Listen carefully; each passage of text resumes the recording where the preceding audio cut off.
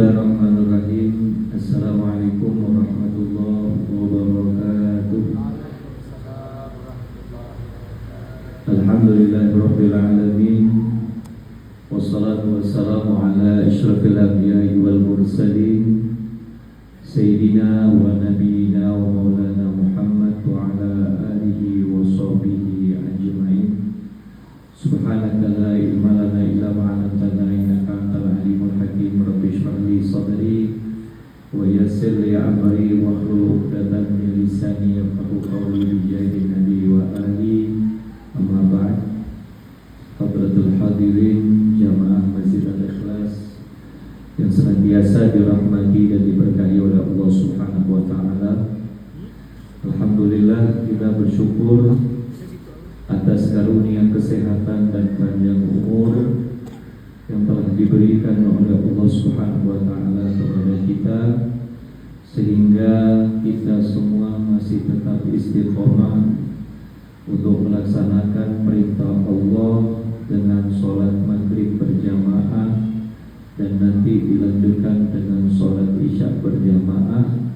Lalu untuk mengisi waktu di antara maghrib dan isya, kita belajar ilmu agama. Mudah-mudahan berkat keistiqomahan kita dalam menjalankan perintah Allah dan perintah Nabi Muhammad SAW, semua dosa-dosa kita diampunkan oleh Allah Subhanahu wa taala.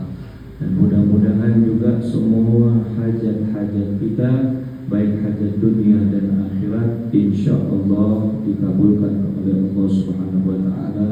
Amin ya rabbal alamin. Hadirin yang dimuliakan oleh Allah, seperti biasa di malam Selasa ini kita akan belajar kitab Fathul Qorib Mujib.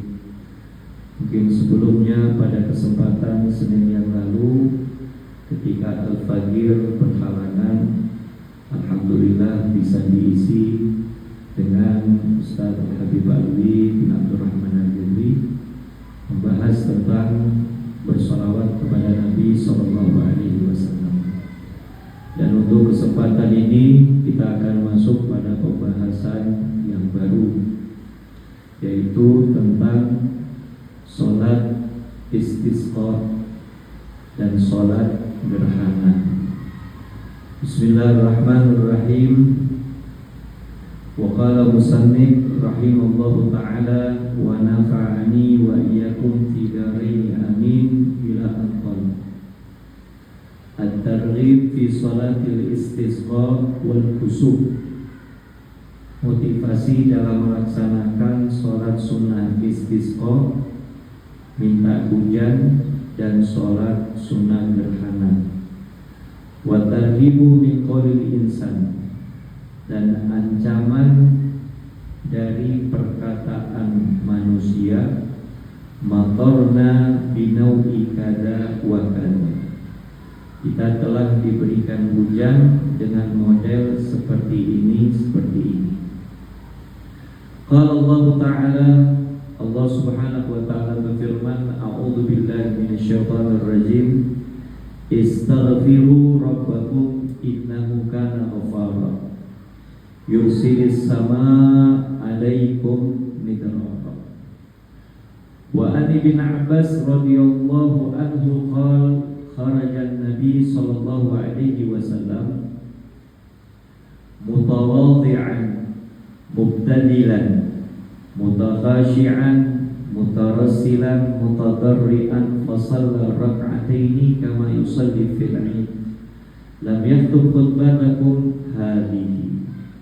Wa anil Mughirah bin Syu'bah qala inkasafatish syams ala ahli Rasulillah sallallahu alaihi wasallam yawma mata Ibrahim wa qala an-nas inkasafatish syamsu li mauti Ibrahim. Faqala Rasulullah sallallahu alaihi wasallam inna syamsa wal qamara ayatani min ayatillah la yankasifani li mauti ahadin wa la li hayatihi fa idza ra'aitumuhuma fad'ullaha wa sallu hatta yankashifa ma bikum. Wa an Zaid bin Khalid an Juhani radhiyallahu anna an-nabiy sallallahu alaihi wasallam qala atras sama minal lail hatta tadru ma qala rabbukumul laila qalu Allah wa rasuluhu a'lam. Qala Allah asbaha min ibadi mu'minun bi wa kafirun fa amma man qala mutirna bi fadlillahi wa rahmatihi fadzalika mu'minun bi wa kafirun bil kawakib. Hadirin jamaah sekalian yang dimuliakan oleh Allah Subhanahu wa taala. Dalam kesempatan yang mulia ini kita akan membahas tentang dua macam sholat sunnah yang dianjurkan oleh Nabi SAW untuk kita kerjakan. Tentunya dengan adanya sebab. Yang pertama adalah sholat istisqa, sholat meminta hujan. Sebabnya jika di satu daerah dilanda kekeringan, maka dianjurkan untuk melaksanakan sholat istisqa. Kemudian yang kedua adalah pelaksanaan sholat gerhana, baik itu gerhana bulan ataupun gerhana matahari.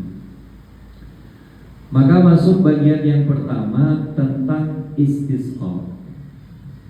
Istisqa itu memiliki makna talabul suqya, meminta diturunkannya air hujan. Lalu para alim ulama mengambil referensi dari beberapa hadis Nabi SAW bahwa cara melakukan istisqa, meminta hujan jika di satu daerah mengalami musim kekeringan, itu dengan tiga cara. Cara yang pertama adalah cara yang paling mudah, yaitu dengan berdoa kepada Allah Subhanahu wa ta'ala, baik selepas sholat fardu ataupun selepas sholat sunnah. Dan ini berdoanya masing-masing. Makanya kata para alim ulama, Allah Subhanahu wa ta'ala itu menjadikan sholat 5 waktu itu satu bagian yang indah, karena di dalamnya terdapat waktu yang sangat mustajab untuk berdoa kepada Allah. Maka oleh karena itu sangat dianjurkan bagi diri kita ketika selesai pelaksanaan sholat fardu, kita dianjurkan untuk berdoa kepada Allah Subhanahu wa ta'ala. Atau kalau kita lupa di sholat fardu, kita bisa berdoa di sholat sunnah. Apa yang kita minta? Kita minta agar Allah Subhanahu wa ta'ala menurunkan karunia-Nya berupa air hujan. Mungkin di tempat kita sudah mengalami kekeringan yang cukup lama. Kalau kita udah biasa merasa, mohon maaf, air ledeng kita payau misalnya, kemudian tempayan kita udah banyak kosong, dan kita lihat juga binatang-binatang peliharaan kayak kambing, sapi untuk kita ternak itu udah mulai kurus, tanaman-tanaman kering, berarti itu sudah terjadi musim kering. Kalau kita merasa kita butuh dengan rahmat dan anugerah Allah berupa air hujan, maka kita dianjurkan untuk berdoa kepada Allah Subhanahu wa ta'ala. Kemudian tingkatan yang menengah kedua diajarkan oleh para alim ulama adalah agar khotib di setiap khutbahnya membaca doa-doa permohonan agar diturunkannya hujan. Karena itu juga menjadi waktu yang mustajab, apalagi diaminkan oleh umat Islam yang hadir di dalam masjid, maka insya Allah itu merupakan satu wasilah agar Allah Subhanahu wa taala menurunkan air hujan. Dan kejadian itu pernah terjadi kepada Nabi Shallallahu Alaihi Wasallam. Ketika Rasulullah Shallallahu Alaihi Wasallam sedang menyampaikan khutbah, tiba-tiba ada seseorang yang masuk ke dalam masjid lalu kemudian menyela khutbahnya Nabi sambil menceritakan tentang musibah yang menimpa dirinya. Di antara musibah yang dia rasakan pada saat itu adalah kehilangan harta. Maka dia mengadu kepada Nabi Muhammad Sallallahu Alaihi Wasallam tentang musibah dan meminta doa. Lalu Nabi menjawabnya dengan doa, Allahumma aghithna, ya Allah berikanlah pertolongan kepada kami, ya Allah berikanlah pertolongan kepada kami. Ini korbannya satu orang, tapi Nabi menunjukkan dengan ucapan doa itu untuk semuanya. Ya, ini bagian yang kedua.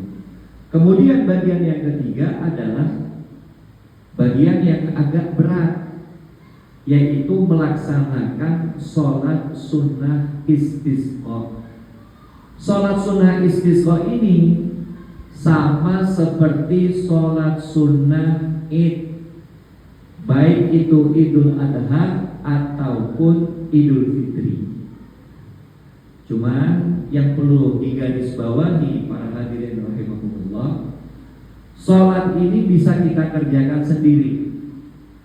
Tapi lebih baik ketika suatu daerah dilanda kekeringan, maka yang harus bisa mengambil sikap dalam kebijakannya agar umat Islam khususnya bisa melaksanakan sholat istisqa itu dari pemerintah. Itu dari pemerintah.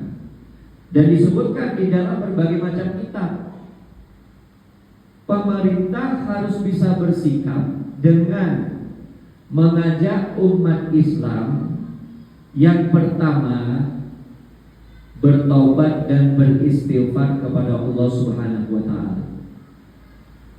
Karena mohon maaf, jika di suatu tempat atau daerah mengalami musibah semisalnya kayak kekeringan, itu juga bisa menjadi sebab kemaksiatan yang merajalela atau perbuatan dosa yang masih dilakukan oleh banyak manusia. Maka pemerintah wajib memberikan pengumuman kepada umat Islam penduduk setempat untuk bertobat dan beristighfar kepada Allah Subhanahu wa taala. Dan keuntungan bagi setiap orang yang memiliki amalan seperti istighfar, lebih khususnya ketika dia diberikan ujian musibah oleh Allah Subhanahu wa taala, maka Allah akan memberikan kemudahan. Termasuk salah satunya ketika mengalami kekeringan.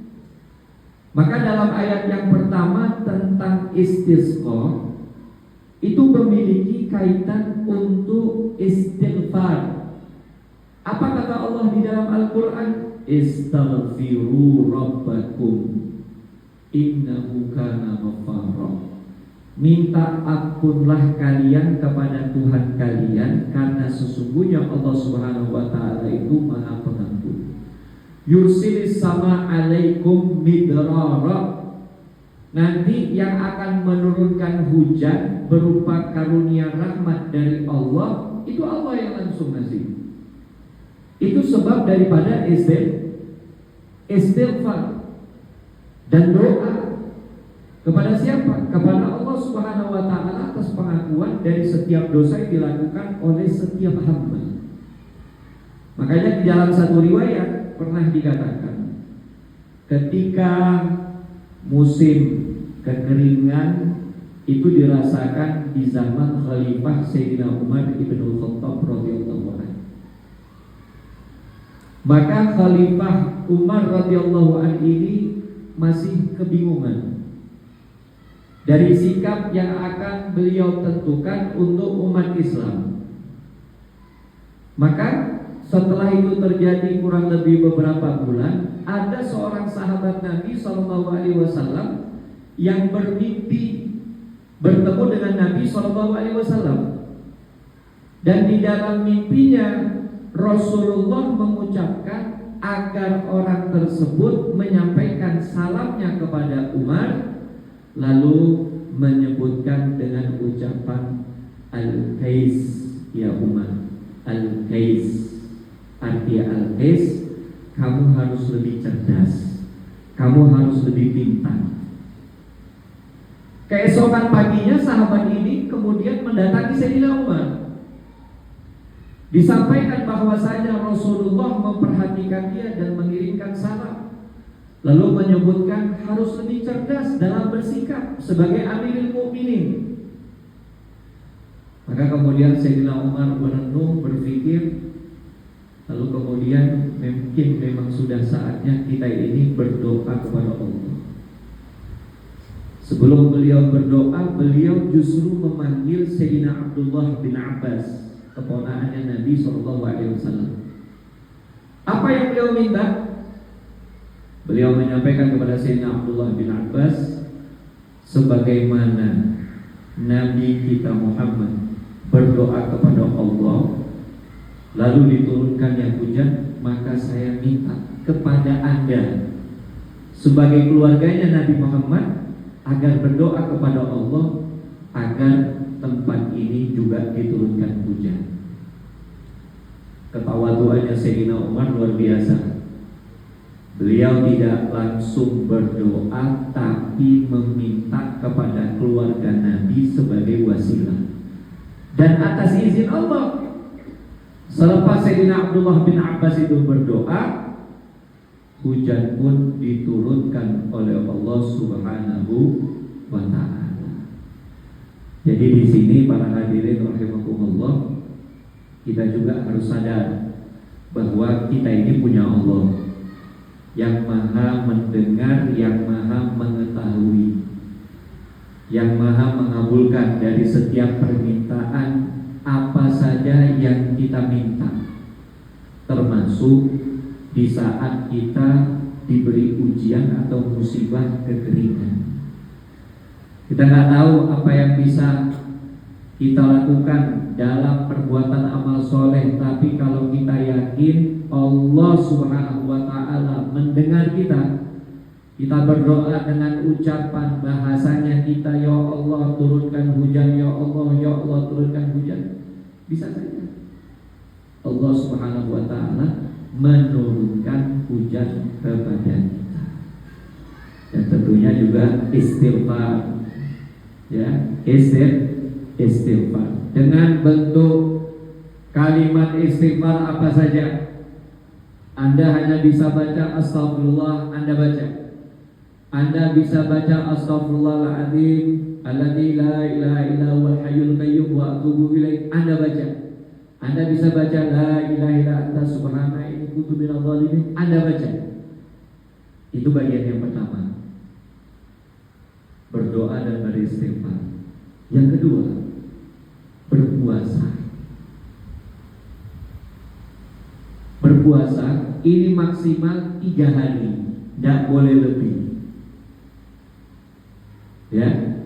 Tapi dianjurkan kalau bisa dalam pelaksanaan puasa, dalam pelaksanaan sholat istisqa di hari keempat itu puasa. Tentunya dengan catatan kata ulama, jika mampu. Maka kalau misalnya pemerintah Provinsi Kalimantan Barat menyikapi daerah Kalimantan Barat mengalami musibah kekeringan 4 bulan, 6 bulan tidak ada turun hujan, air payau, dengan ketetapan pihak pemerintah atas nama Gubernur Kalimantan Barat, umat Islam di seluruh Kalimantan Barat harus berpuasa 1 hari. Kata ulama, ketetapan yang ditetapkan oleh pemerintah itu wajib. Kalau ada yang tidak berpuasa, dia berdosa. dia berdosa. Paham ya kira-kira? Lalu yang ketiga, apa itu? Perbanyak sedekah. Karena yang namanya sedekah itu bisa menolak bala. Sedekah itu bisa memadamkan murkanya Allah Subhanahu wa ta'ala. Waktu kemarin, Pak, ya, saya mendapatkan kisah dari guru Habib Segaf Baharun. Beliau itu menceritakan tentang satu orang yang kalau dilihat tindakan kriminalnya itu luar biasa, dan orang sebagian tahu, sebagian orang tak tahu. Tapi hebatnya orang ini gak pernah dikasuskan alias masuk penjara. Ternyata setelah ada orang terdekat bertanya kepada beliau, kenapa Anda ini kok begitu hebat? Saya lihat, saya perhatikan Anda ini banyak masalah dalam berbagai macam kasus, terutama menyangkut tentang uang. Maka dia jawab dengan simpel, saya ini suka sedekah. Saya kalau melihat perempuan janda yang tua itu, saya bantu tiap bulan. Nanti kalau saya dapat informasi ada anak yatim, saya bantu. Terus saya bantu. Subhanallah. Orang ini pun menyampaikan kepada ulama, sepertinya ini rahasia dari sedekah. Kita ketepikan dulu, sedekahnya dari uang haram atau syubhat ini kayaknya. Betul apa enggak? Tapi dapat memadamkan murkanya Allah Subhanahu wa ta'ala. Ya, kita ambil yang baiknya sesuai dengan sabda Nabi SAW, sadaqatu sir tudfi'u ghadabar rabb. Kita mengeluarkan sedekah secara rahasia tanpa diketahui oleh manusia manapun, itu dapat memadamkan murkanya Allah Subhanahu wa ta'ala. Dan satu hal yang paling penting, Pak, sebagaimana yang dikatakan oleh Nabi SAW dalam makna hadis, kalau bukan karena anak-anak muda yang selalu berbuat baik, binatang yang selalu masih diberikan kehidupan, kemudian orang-orang tua yang masih tetap eksis beribadah, dan anak bayi yang masih diberikan susu oleh ibunya, maka niscaya aku tidak akan pernah mengadab manusia. Ini hadis disampaikan oleh Nabi SAW dari hadis qudsi. Hikmahnya apa? Nah, kita tahu sendiri, Pak. Kalau kita melihat di suatu daerah ibadah masih tetap ditegakkan, lalu rahmat dari setiap orang, khususnya wanita, kepada anaknya itu masih dihadirkan, maka selama itu juga azab Allah tidak akan pernah turun. Malahan akan diganti oleh Allah dengan rahmat. Paham ya kira-kira? Dan kata guru kami, Pak, ini bukan hanya berskala besar untuk satu daerah, enggak. Mulai dari skala kecil itu juga bisa dipahamkan. Apa skala kecil? Di ruang lingkup keluarganya kita. Jadi mohon maaf, kalau Anda di dalam satu keluarga tidak ada yang melaksanakan isi syariat agama, siap-siap musibah akan datang. Musibah akan datang.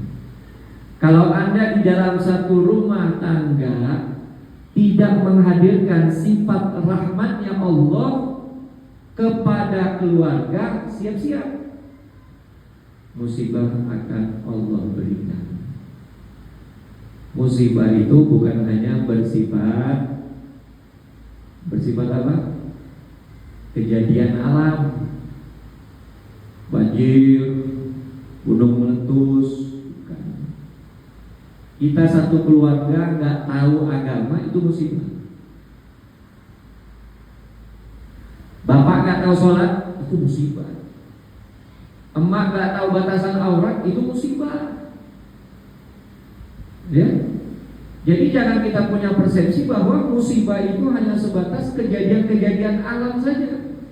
Malahan kalau ada yang menimpa kepada kita tentang ketidaktahuan kita terhadap agama, isi ajaran syariat Nabi Muhammad, itu musibah terbesar di dalam kehidupan kita dibandingkan dengan musibah-musibah alam. Ya.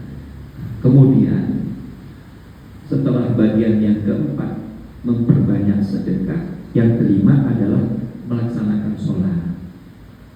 Seperti yang saya sampaikan tadi, sholatnya sama seperti sholat Id, hanya 2 rakaat. Kemudian ada juga khotibnya menyampaikan khutbah, ya. Nah, cuman lebih ditekankan kata para alim ulama tentang bagian-bagian sunnah yang harus diterapkan ketika ingin melaksanakan sholat istisqa. Di antaranya apa? Berpakaian dengan pakaian yang sederhana. Berpakaian dengan pakaian yang sederhana. Lalu kemudian menunjukkan ketawaduan ketika kita berjalan dari rumah menuju masjid. Yang kita harapkan ini adalah anugerah dari Allah berupa air hujan. Jangan sombong ketika kita berjalan. Lalu kita tambahkan perasaan takut kita kepada Allah. Itu ditunjukkan oleh Nabi Muhammad. Dikatakan di sini, kharajan Nabi SAW mutawadhi'an, mutabadilan, mutakhashi'an, mutarasilan, mutadhari'an. Nabi itu waktu ingin melaksanakan sholat istisqa bersama umat Islam, Nabi keluar dari rumah dalam perasaan yang sangat takut, dengan sikap tawadhu, tadarru, merasa manusia yang paling hina di hadapan Allah. Padahal Nabi maksum, Nabi dijaga, tidak melakukan kemaksiatan apapun, tapi Nabi merasa beliau adalah manusia yang jelek. Ya, mutabadilan. Nah, kita harus lebih seperti itu. Di saat kita ingin meminta kepada Allah agar diturunkan air hujan. Sampai-sampai dikatakan oleh para alim ulama, ya, mengikuti apa yang pernah disampaikan oleh Nabi Muhammad SAW. Kalau kita punya ternak, kita keluarkan. Ternak kambing, ternak sapi, kita keluarkan. Ya. Lalu khotib yang menyampaikan khutbah itu juga diajarkan di antara beberapa sunnahnya. Apa di antara sunnahnya? Kalau dia memakai ridha atau surban, sebelah kiri dia pindahkan sebelah kanan, sebagai permohonan agar Allah bisa mengubah keadaan saat itu menjadi keadaan yang lebih baik. Lalu berdoa memohon kepada Allah agar diturunkan air hujan, menghadap ke arah kiblat. Setelah itu balik menutup dengan doa menghadap kepada para hadirin. Hadirin yang dimuliakan oleh Allah, sholat ini termasuk sholat yang jarang dilaksanakan. Betul-betul. Hujan gak ada di sini. Pernah kita mengalami musim kering sampai gak ada dapat air? Kita termasuk daerah perairan, ya, beda dengan daerah Jawa. Tapi kalau Jawa pun masih banyak gunung, airnya bersumber dari gunung. Tapi gak ada masalah, gak ada sesuatu yang salah juga. Kalau semisalnya ketika datang musim kering, kita merasakan Pontianak ini belum turun hujan sebulan, 2 bulan, kita bisa mempraktekannya. Kita bisa mempraktekannya. Kami itu dapat informasi lah, ya, dari senior-senior kami waktu mondok. Senior-senior kami itu pernah disuruh melaksanakan sholat istisqa di pondok, tempatnya di daerah Raci, Pasuruan, Jawa Timur. Tidak tahu tahun berapa, mungkin tahun 90-an. Jadi mereka mengisahkan itu agar kita ini pernah tahu, bukan hanya secara teori saja, tapi juga dalam praktek ibadah. Jadi pendiri pondok kami itu Abu Yahya Hasan Baharun meminta kepada seluruh santri pakaiannya, kalau bahasa kasarnya, compak-camping. Tapi bahasa baiknya ya pakai pakaian yang sederhana saja, menunjukkan kita ini manusia yang paling rendah di hadapan Allah. Kemudian bawa kambing, benar ini. Dan subhanallah, setelah beberapa jam dari pelaksanaan sholat itu, Allah turunkan hujan, walaupun sedikit.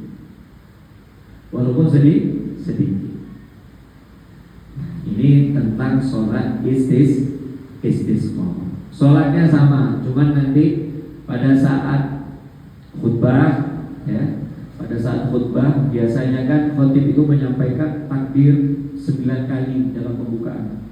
Allahu Akbar, Allahu Akbar, Allahu Akbar, Allahu Akbar. Itu diganti dengan istighfar. Astagfirullah, astagfirullah, astagfirullah, astagfirullah. Nanti khutbah kedua begitu juga. Astagfirullah, astagfirullah 7 kali. Sholatnya tata caranya sama, niatnya aja berbeda. Sholli sunnatul istisqa rak'atain mustaqbil qiblah. Allahu Akbar. Baca doa iftitah, takbir 7 kali. Di salat takbir, subhanallah, alhamdulillah, la ilaha illallah, Allahu Akbar.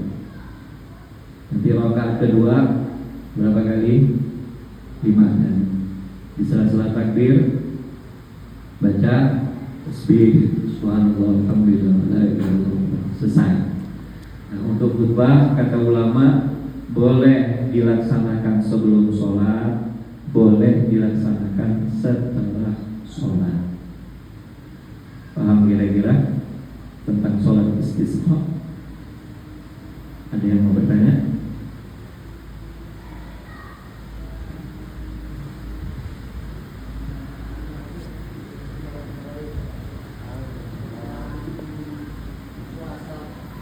Ustaz tadi sebelum melaksanakan sholat istisqa, bagaimana bacaannya puasa tersebut? Terima kasih. Assalamualaikum warahmatullahi wabarakatuh.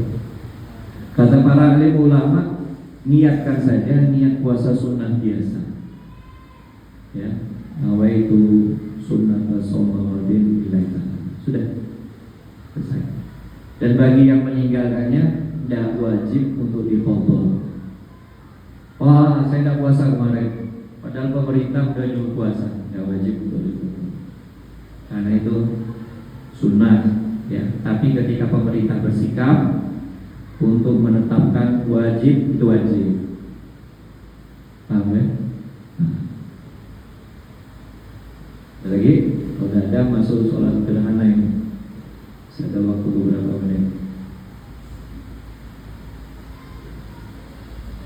Ya, kita masuk bagian yang kedua, tentang fenomena alam. Kita semua tahu fenomena alam di dunia ini banyak. Di antaranya ada gerhana matahari, ada gerhana bulan. Dan alhamdulillah di daerah kita ini masih diberikan peringatan untuk mensyiarkan tentang satu ajaran di dalam agama untuk menghadirkan tanda kebesaran Allah. Di antaranya adalah pelaksanaan sholat gerhana. Saya tanya, pernah apa tidak Anda melaksanakan sholat gerhana? Di masjid ini pernah? Alhamdulillah. Gerhana matahari pernah? Gerhana bulan pernah? Pernah apa enggak? Alhamdulillah. Di zaman Nabi Muhammad SAW, orang-orang jahiliyah itu banyak mengkaitkan tentang fenomena alam yang terjadi dengan hal-hal yang bersifat mistik. Karena ini berdasarkan keyakinannya mereka. Mereka belum mengenal Allah. Mereka belum tahu siapa itu Allah. Yang mereka tahu matahari sebagai Tuhannya mereka. Yang mereka tahu berhala sebagai Tuhannya mereka. Maka ketika anaknya Nabi Muhammad SAW yang bernama Ibrahim meninggal dunia, tepat di hari itu telah terjadi gerhana.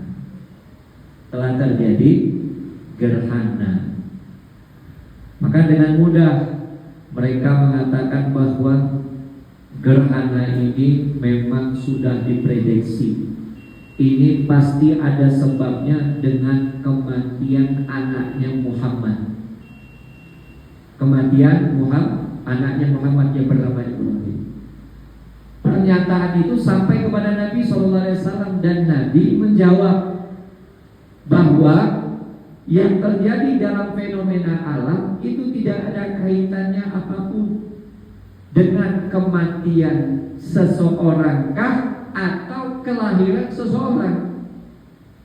Yang terjadi dari tanda-tanda fenomena alam seperti gerhana matahari maupun gerhana bulan itu merupakan tanda-tanda kebesaran Allah Subhanahu wa Ta'ala. Maka Nabi berpesan bukan hanya untuk mereka yang mendengarkan secara langsung pesannya Nabi, tapi itu juga tersampaikan kepada kita hari ini. Apa yang Nabi katakan? Di sini Nabi mengatakan, fa idza ra'aitumuhuma fallahu wa sallu hatta yashifa bikum.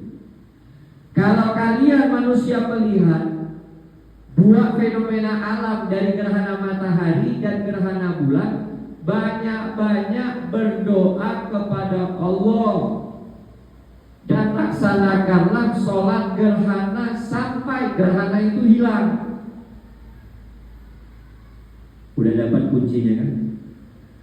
Sekarang saya tanya, boleh apa enggak kita nonton gerhana? Kita jadikan momen khusus.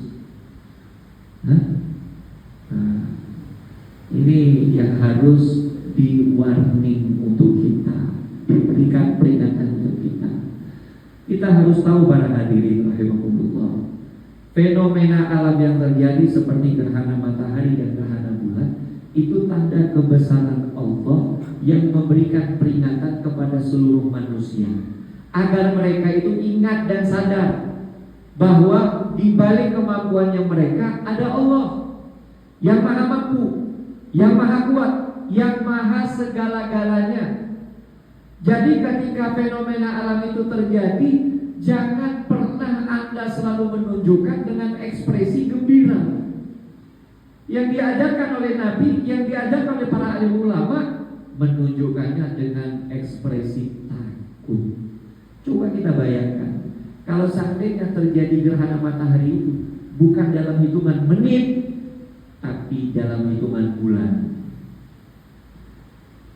Kita pikir masih jam 11 siang, tapi kok kita ngelewatin gelap gulita kayak 11 malam, dan itu berlanjut sampai 1 minggu, berlanjut sampai 1 bulan. Gimana Pak? Takut kita Pak.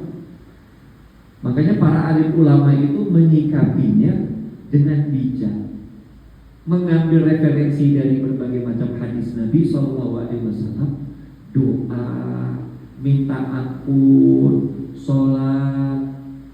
Bahkan sholatnya itu tidak seperti sholat biasa, ya.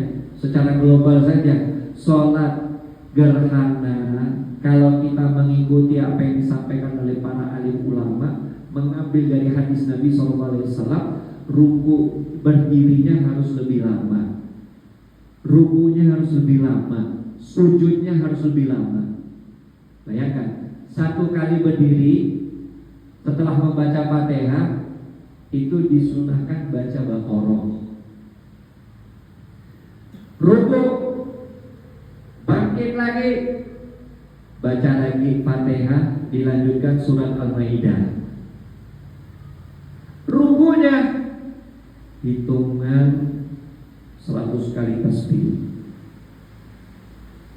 itu minimal. Sujudnya hitungan 100 kali tasbih. Lama apa enggak? Lama. Ya, sebagai bentuk penghambaan kita kepada Allah dengan perasaan takut terjadinya fenomena alam. Nah, orang sekarang ini aneh. Kejadian berbagai macam kejadian musibah, yang penting viral. Betul apa betul? Angin putih beliung, wah ini live bagus nih, masih banyak penonton.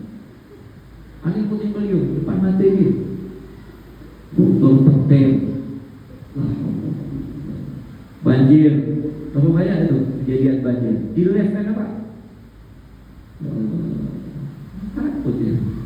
Itu sebagian kecil dari azab tegurannya Allah Subhanahu wa ta'ala. Mudah-mudahan Allah jaga kita, Allah jaga keluarga kita, Allah jaga masyarakat kita. Mudah-mudahan terhindar dari segala macam musibah. Amin ya rabbal alamin. Allahumma salli wa sallim ala sayyidina Muhammadin sahibil busyra salatan biha wa ahlana wa auladana wa jami' masyayikhina wa mu'allimina wa talabatana wa